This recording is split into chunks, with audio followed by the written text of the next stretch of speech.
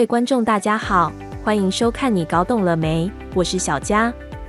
在真假讯息混杂的时代，相信已经造成不少人的恐慌和困扰。现在就让我们一起来学会破解假讯息。首先来看到的是 AI 科技近年广泛应用在创作领域中，也被不法之徒用来当作诈骗工具。为了让长辈们了解 AI 科技如何被当作犯罪工具使用，新北树林分局来到东园市民活动中心，用真实案例解说，帮助里民们提高警觉，避免受害。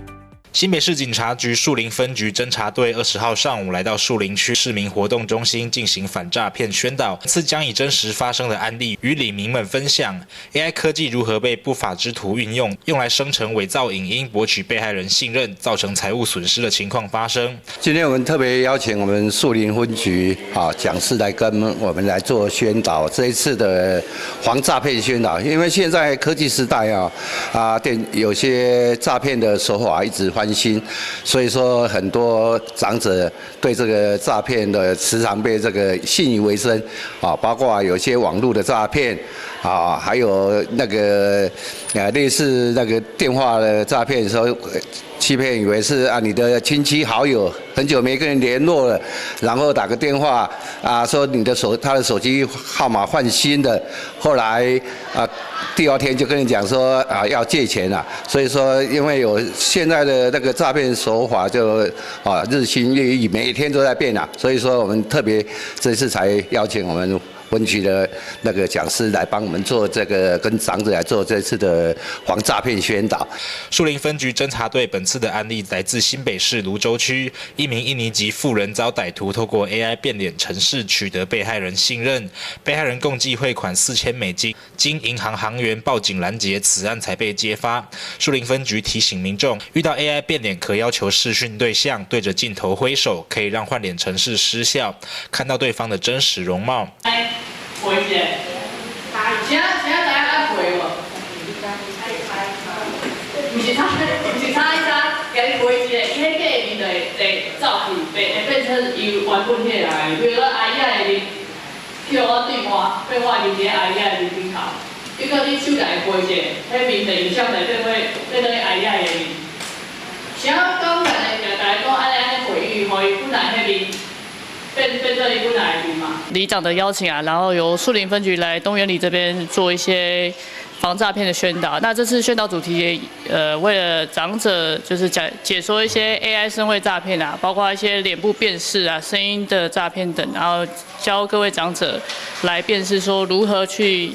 破解 AI 防卫的诈骗。最近的案例就是在那个新北市芦洲那边有一个印尼籍的女子因为接到一通脸部防卫的一些诈骗，然后险遭诈骗集团诈骗的$4000因为芦洲警方的及时拦阻也将这个金额拦阻了下来。那我们今天也将用这个例子来跟各位长者去解说让他们去了解实际案例的破解方式。由于科技的发展迅速，犯罪手法更是不断与时俱进。本次宣导帮助长辈们更新资讯，预防不法之徒针对银发族下手，杜绝诈骗危害扩大。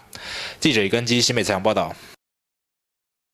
社会诈骗事件频传，民众受骗案件层出不穷。日前，台南有位70旬老妇被骗19.3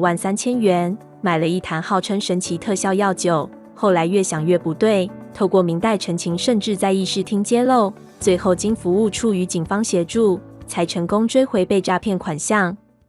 就是这坛号称神奇特效药酒，花了老妇19.3万，后来妇人越想越不对劲，觉得受骗。因而向台南市议员王家珍陈情，期间虽然服务处透过妇人有跟对方取得联系，一直到整起事件在议事厅来揭露，对方后来才主动退费。经过1个月的追查，警方后来也顺利逮捕2名嫌疑犯。事实上来找我服务的这个案件呢，也是一位长者他就被带去了他们所安排好的一个民宅，当场呢这个借机做了一些这个制药酒的一个流程的假象如此这般可以治百病包疗效，那你运气特好这个还没有拿去欢迎你先救你的命这个最重要那我觉得当事人也要肯定当事人，他即便一时不察陪同在对方的陪同之下去付了这一大笔现金，可是之后呢左思右想，还是认为这个有一些问题在这个来找到我们服务处的时候，我们服务处借着他所提供的讯息，给了对方一些算是警告吧。这个因此为当事人讨回了这一笔金钱，不菲的金钱。有关王议员关注的这件假药酒的诈欺案本分局侦查队已经在5月15日拘提2名犯罪嫌疑人到案，并移送台南地检署来侦办。那本分局在这边呼吁未经专业医生开立药方以及合格厂商生产的药酒，服用均存有潜在的风险民众如果有任何的疑虑，可拨打165反诈骗咨询专线来咨询或就近到辖区的派出所来询问。回想整起案件发生在今年4月中，老妇人当初因为身体不适前往医院看诊，结果候诊时遭一对男女来搭讪，表示关心。后来上了对方的车子，被兜售神奇的特效药酒。明代表示，诈骗案件层出不穷，能成功追回更是少之又少。不过警方回应，类似案件以往在风景区也常出现的镖客集团，后来也在医院利用治病来诈骗，而且专找落单的长辈下手。目前院方也贴出告示，呼吁民众提高警觉，小心受骗。记者李英根台南报道。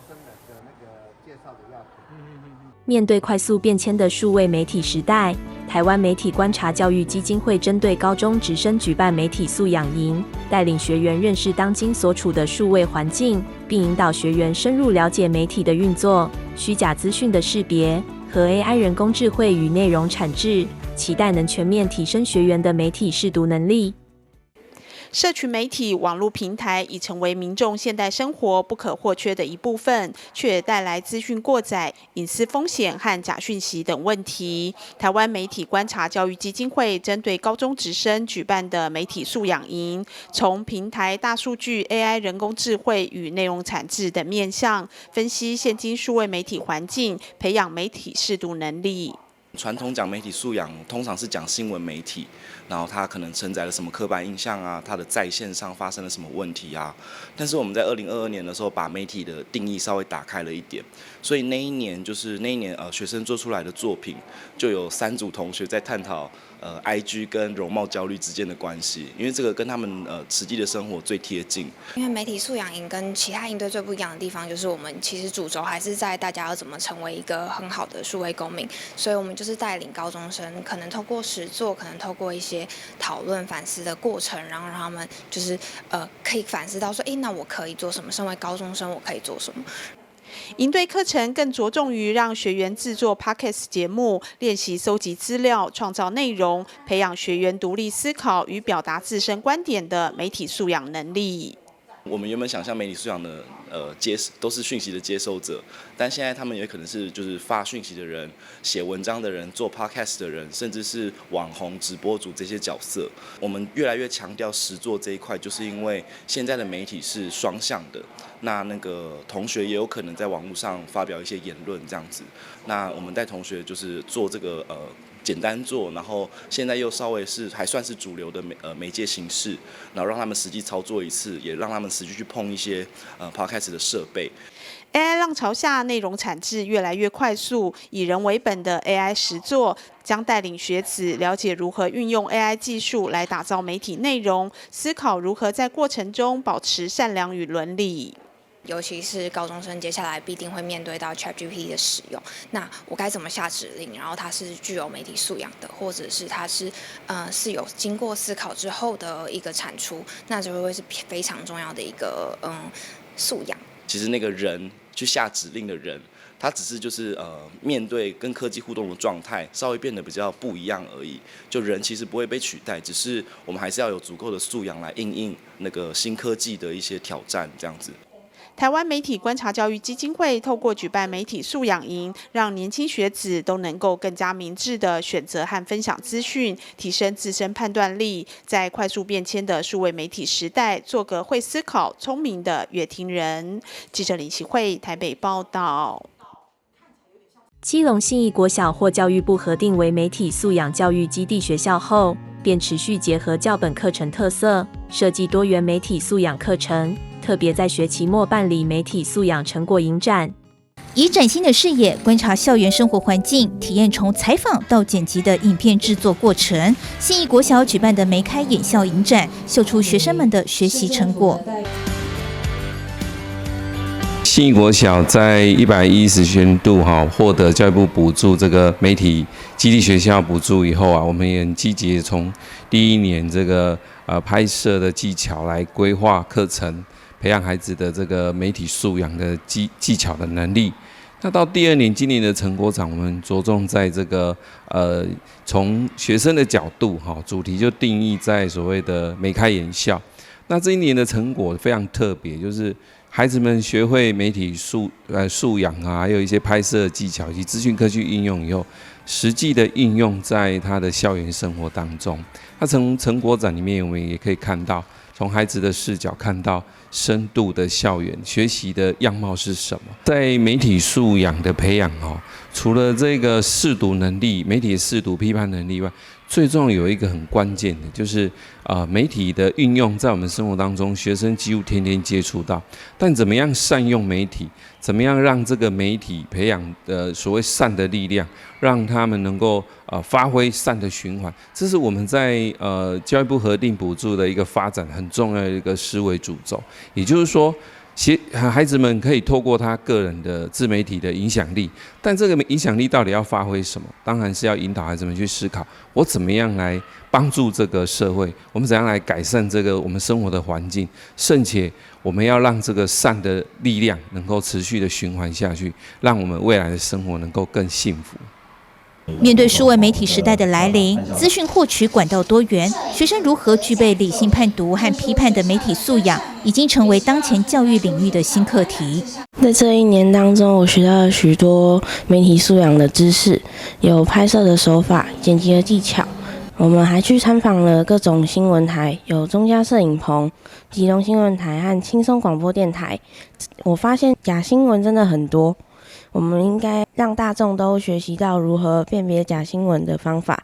才可以让社会更安定。我学到了辨别媒体真假新闻的方式，还有拍摄影片和剪辑影片的方法。在这1年，我学会了许多拍摄影片的技巧，还学会了辨别真假新闻。而且在这1年，我们参加了许多活动，我还当了司仪，体验真正的主播，让我觉得特别好玩。透过媒体素养课程，引领学生主动探索新媒体世界，具备终身学习能力和社会责任心的新世代公民。记者蔡小军基隆报道。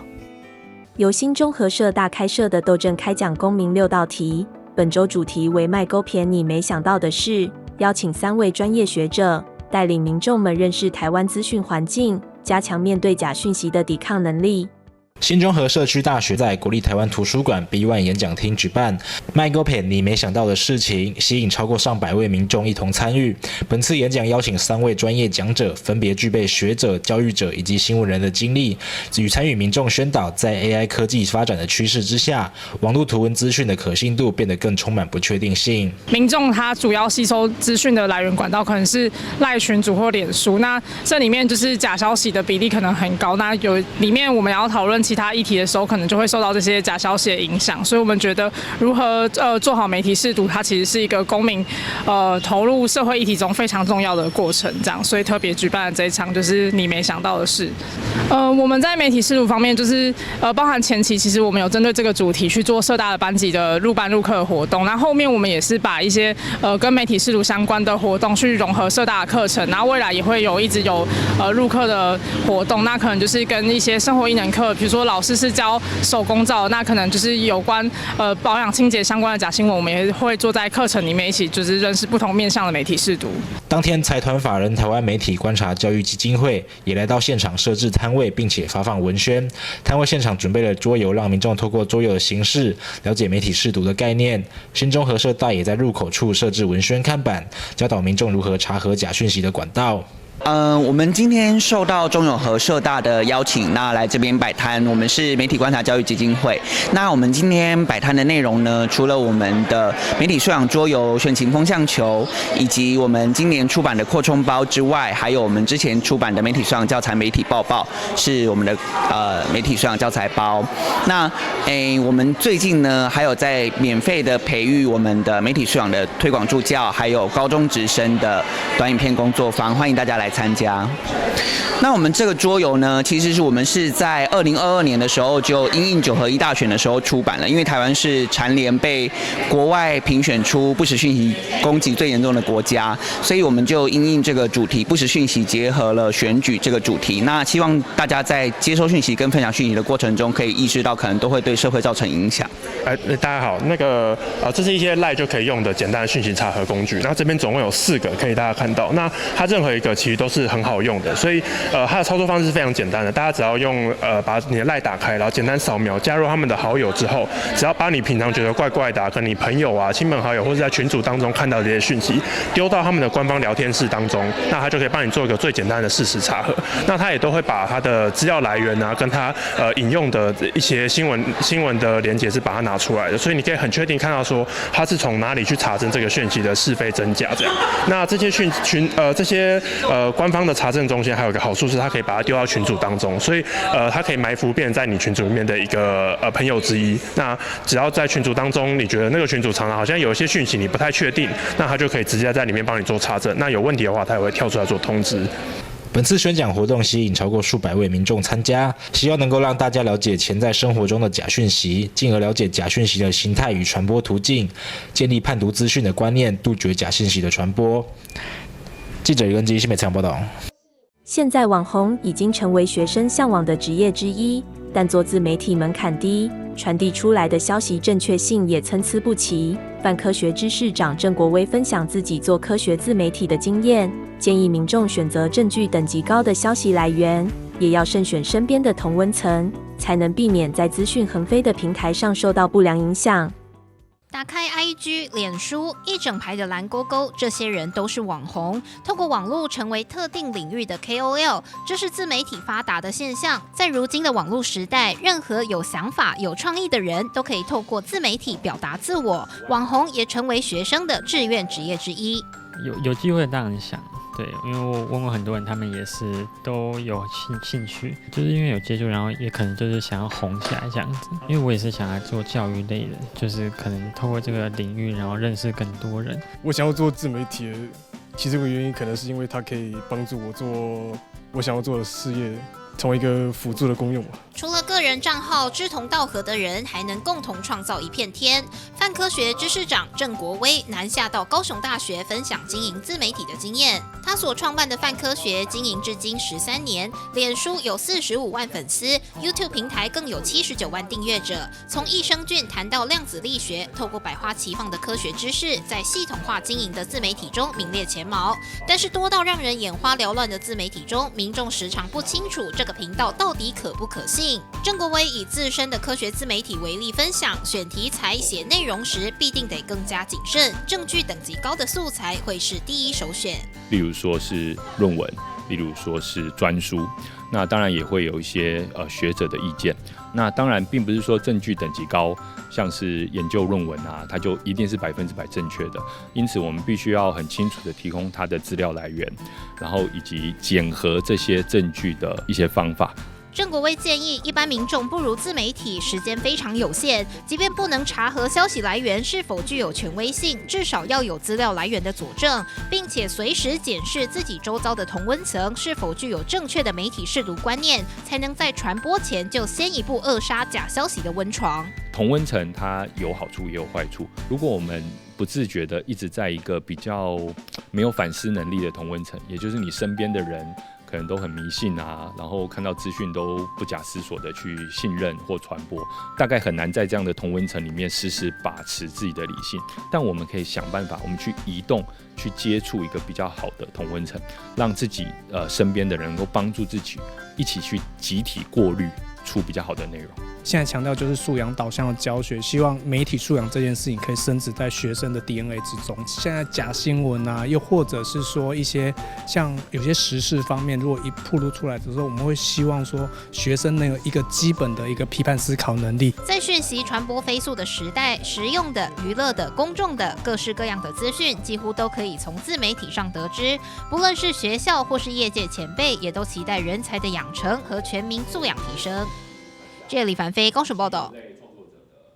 当遇到状况需要帮助的时候，大部分人第一时间就是拿起手机拨打119，这个号码相信也牢记在许多人的脑海里。不过近期网传这个号码已经无法使用，究竟是怎么回事呢？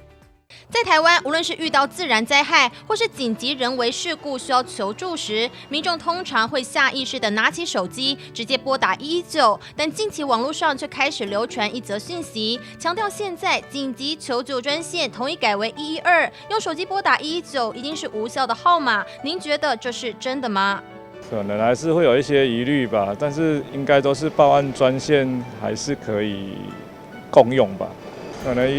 以往的印象还是以119为先吧。会啦，还是会查一下。就是毕竟如果之后真的有需要用到，还是需要查一下，对不对？要稍微查证一下，有点怀疑，可能习惯上还打119。我不知道是不是假的，但是会去查一下。那针对网传这个112的部分已经取代119，这部分是错误的，这边要再郑重澄清一下，并没有这个情况。针对我们的紧急电话的部分，目前都是维持119，没有改变。既然两个紧急求救专线都能使用，那么在使用的时机上有什么需要注意的呢？消防单位也有特别说明，由于112是以语音导引进行转接，会延长接听时间。如需要争取时效，且在收讯良好的情况下，建议大家还是以119为优先拨打选项。会有这个112的部分，它是全球手机的一个紧急联络电话。那这部分是针对你真的没有讯号，在山区、在郊区可能没有办法拨打119也不通，可能你的门号没有这个讯号的时候，那这部分我们就是才可以使用到这个112。一般我们是不建议民众拨打这个电话，因为他112的话，他会跟你问说，你是要报警还是要打119，这个可能就会占用一点时间。当然，一样的都是会到119没有问题，但是我们还是希望民众就是统一只要记119就可以了。在需要拨打急难求救电话时，相信一般人当下已经相当紧张。如果这时候对拨打电话还存有疑虑的时候，恐将延误求救时机。所以学者就建议大家，如果有接收到不确定的资讯，尤其和自己生活有相关的议题，建议都要养成及时查证习惯，避免临时有需求时不知如何是好。我们宁可不要去，相信这个讯息，也不要去动这个讯息，也不要去分享这个讯息，就是不要去相信它，不要去成为这个帮凶。但是我们可以打击它，这打击的意思不是分享哦，而是去靠我们的这些所谓的辨识的这些软体去查它是不是假讯息。如果确定它是假讯息的时候，我们当然会跟我们的亲朋好友讲它是假讯息，而且你必须要批判它为什么。网络讯息越来越多，而且转传速度飞快。面对庞大的资讯量，建议民众还是要养成多想、多看、多查证的习惯，才不会被错误资讯误导，造成不可弥补的伤害。记者王仲凯高雄报道。随着科技进步，假讯息的生成模式也越来越多元。想厘清正确观念，学会辨别真伪，请继续锁定你搞懂了没？我们下次再会。